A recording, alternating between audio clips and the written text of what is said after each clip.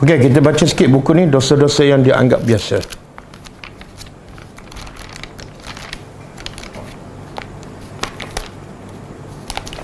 Dosa ke-42.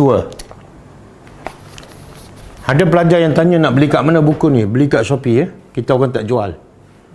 Tajuk dia dosa-dosa yang dianggap biasa. Tapi nak beli pun tinggal sikit lagi dah. Okey. Dosa yang ke-42. Dengar ni. Ini ramai yang terlibat ni. Dan dia tak rasa dosa.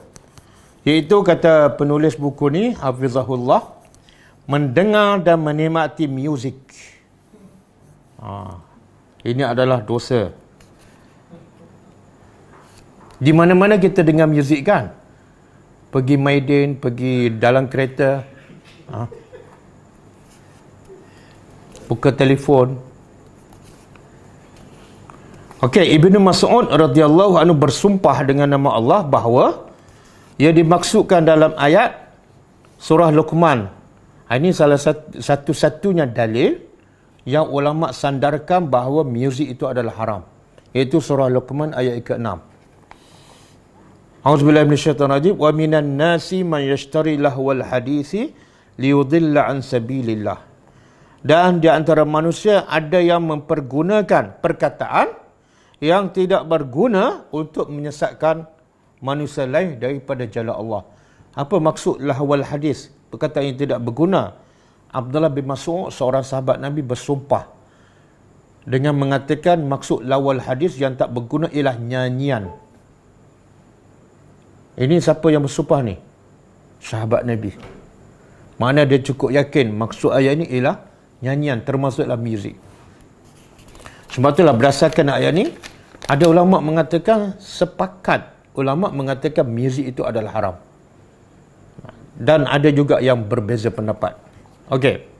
Abu Amir dan Abu Malik Al-Asy'ari meriwayatkan Rasulullah SAW bersabda, la yakunanna min ummati aqwamun yastahiluna al-hira wal harir wal khamra wal ma'azif. Maksud dia, kelak, kata Nabi, akan ada daripada umatku beberapa kaum yang menghalalkan zina.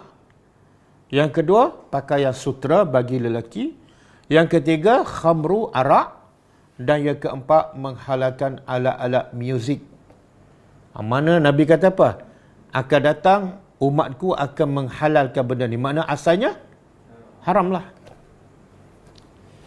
Dan dalam hadis Anas bin Malik radhiyallahu anhu, Rasulullah SAW bersabda, la yakunanna fi hadhil ummah khasafun wa qazafun wa maskhun wa zalika idza syaribu al-khamra wa takhazu al-qainati wa darabu bil ma'azif. Maksudnya, kelak akan terjadi pada umat ini tiga hal. Kelak akan terjadi pada umat ini tiga perkara. Pertama, mereka akan ditenggelamkan ke dalam bumi. Yang kedua, akan diazab daripada dihujani batu daripada langit. Yang kedua. Yang ketiga, diubah bentuk rupanya. Macam Allah tukar Bani Israel kepada kera kan.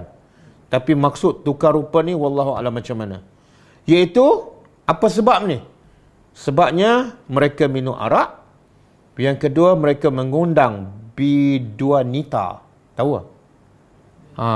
Penyanyi-penyanyi. K-pop kan, macam-macam lah. Dan menabuh, membunyikan muzik. Nabi SAW melarang gendang. Lalu Nabi menyatakan seruling adalah suara orang bodoh. Jadi siapa yang main seruling, dia adalah bodoh. Tak ada hikmah. Dan tukar maksiat. Para ulama terdahulu seperti Imam Ahmad rahimahullah berdasarkan hadis-hadis yang sahih yang melarang alat-alat muzik secara mutlak, telah menetapkan haramnya alat-alat muzik seperti kecapi, seruling, rebab. Rebab ni rebana ke? Simbab dan lain-lain. Simbab tu? Ini bahasa Indo. Jadi Imam Ahmad kata apa? Berdasarkan hadis sahih, ulama mengatakan alat-alat muzik itu haram secara mutlak. Cuma ada ulama mengatakan satu alat yang dikatakan halal yang digunakan di zaman Nabi, iaitu dipanggil duf. Duf ni macam gendang yang ada muka sebelah kan, duf. Kompang, kompang. Itu pun bila tu? Ulama yang mengatakan terkecuali bila? Satu, alat muzik yang terkecuali kompang. Yang kedua, musim perayaan, masa perkahwinan dan juga hari raya. Selain daripada tu, ulama kata tak boleh. Masuk akal tak Allah mengharamkan muzik? Sebab kita dengar muzik ni untuk apa sebenarnya? Untuk apa? Takkan tak ada pengalaman, kononnya nak menenangkan jiwa, betul tak? Tapi sebenarnya siapa yang boleh menenangkan jiwa kita? Allah. Dan Allah bagi dah satu benda yang kalau kamu dengar, kalau kamu baca, kalau kamu faham, jiwa kamu tenang setenang-tenangnya. Walaupun orang ada musibah, ada bala, dia tenang je. Apa dia tu? Quran. Satu, Allah bagi Quran, dan Allah juga mengatakan muzik ini haram. Tiba-tiba kita kata untuk menenangkan jiwa. Saya baca Quran juga. Saya nak tanya, logiknya, ini kata-kata bapak kita, ini muzik. Boleh tak kita cakap pada bapak asyik bercakap je, boleh tak bagi saya relax sekejap, saya dengar muzik? Sampai hati tak kita nak cakap pada bapak tu? Tak kan? Itu bapak, ini Quran ni, ini Allah Subhanahu Wa Taala. Boleh kita macam, saya dengar Quran juga, tapi muzik pun dengar. Jadi seolah muzik dengan Quran sama taraf. Betul tak? Quran menghiburkan, muzik pun mana boleh. Tidak beradab dengan Allah Subhanahu Wa Taala. Okey ke? Kalau tak okey nak berhenti, nak ada sambungan lagi. Betul. Sebab itulah Nabi pernah kan masa Nabi pergi tempat hiburan, tempat kenduri kan. Tapi Allah jadikan Nabi tertidur. Sebab apa? Sebab Allah nak jaga hati Nabi supaya jangan dengar benda-benda yang kalau tak haram pun melarangkan. Dan percayalah, kalau kita dah faham Al-Quran, kita seronok dengan Quran, automatik kita jadi benci pada benda-benda yang melarangkan. Betul? Saya cerita pengalaman. Kalau kita dah seronok dengan Quran, tak ada sebab langsung nak dengar benda tu. Dia kata-kata manusia pun tak, dan melarangkan. Kenapa kita nak biarkan hati kita dirusak, dihitamkan dengan benda yang melarangkan? Okey. Tidak diragukan lagi, alat-alat muzik moden yang kita kenal saat ini termasuk ke dalam kategori alat muzik yang dilarang oleh Nabi SAW, seperti piano, biola, gitar. Harpa apa dia? Harpa? Tak tahu. Ini bahasa Indonesia. Bahkan alat-alat moden tersebut lebih cepat mempengaruhi jiwa daripada alat muzik zaman dahulu yang telah diharamkan dalam beberapa bentuk. Betul kan? Alat muzik zaman dahulu apa dah? Macam gabus kan? Gabus dengan kita yang mana lebih mengkhayalkan orang? Siapa ada pengalaman? Gabus yang orang tua ada buat dulu tu. Dengan gitar dan piano kan? Menurut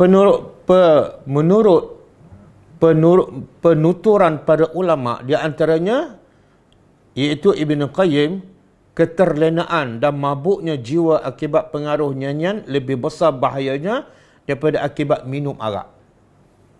Kenapa? Kesan muzik tu lebih besar, lebih dahsyat daripada minum arak. Kenapa? Dia tak ada orang minum arak pagi sampai malam. Betul? Tak ada. Yang kedua, arak tu kena beli dan mahal. Tapi muzik ada tak orang dengar pagi sampai malam? Ada.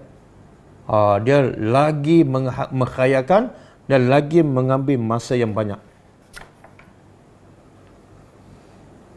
Okey. Kemudian tak diragukan lagi pelanggaran akan lebih keras dan dosanya akan lebih besar jika alat-alat muzik tersebut diiringi dengan nyanyian. Tambah pula penyanyi pula adalah wanita. Lalu bahayanya akan lebih bertumpuk bertambah jika untaian kata-kata syairnya, lagu pula seni kata, tentang cinta, tentang asmara dan kecantikan wanita. Biasa seni kata lagu berpuji kan? Puji wanita, puji kecantikan. Kerana itu tidak mengherankan jika para ulama menyebutkan nyanyian adalah sarana yang membawa kepada perbuatan zina, menumbuhkan perasaan nifak di hati. Dan secara umum, nyanyian dan muzik adalah tema besar zaman ini yang melahirkan banyak fitnah. Musibah itu semakin menjadi-jadi setelah pada saat ini kita saksikan muzik menyelusupi setiap benda dan ruang. Semua tempat, semua masa ada muzik kan. Buka TV ada, buka radio ada, buka internet ada. Untuk menghindari berbagai hal di atas, sesungguhnya memerlukan kekuatan hati yang tangguh. Saya terjemah, kekuatan hati yang ada hikmah. Kalau ada hikmah, insya Allah dia tolak tu. Mudah-mudahan Allah menjadi penolong kita semua. Amin.